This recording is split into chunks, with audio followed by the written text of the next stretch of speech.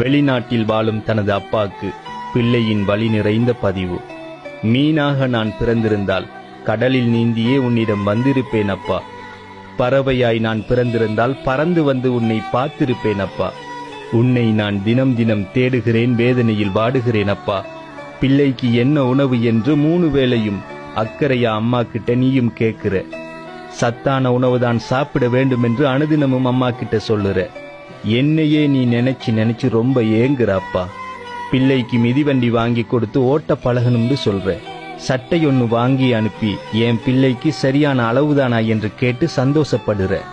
நீ என்ன சாப்பிடுவான்னு நானும் தெரிஞ்சுக்கணும்னு ஆசைப்படுற அப்பா. ருசியை மறந்து பசிக்காகத்தான் நீ சாப்பிடுற. நீ சாப்பிட்டியா என்று நான் கேட்டா சாப்பிட்டேன் என்று மட்டும்தான் நீ சொல்லுவ அப்பா. உனது தியாகம் எனக்கு தெரியலன்னு நீ ஒரு நாளும் நினைச்சிடாத அப்பா.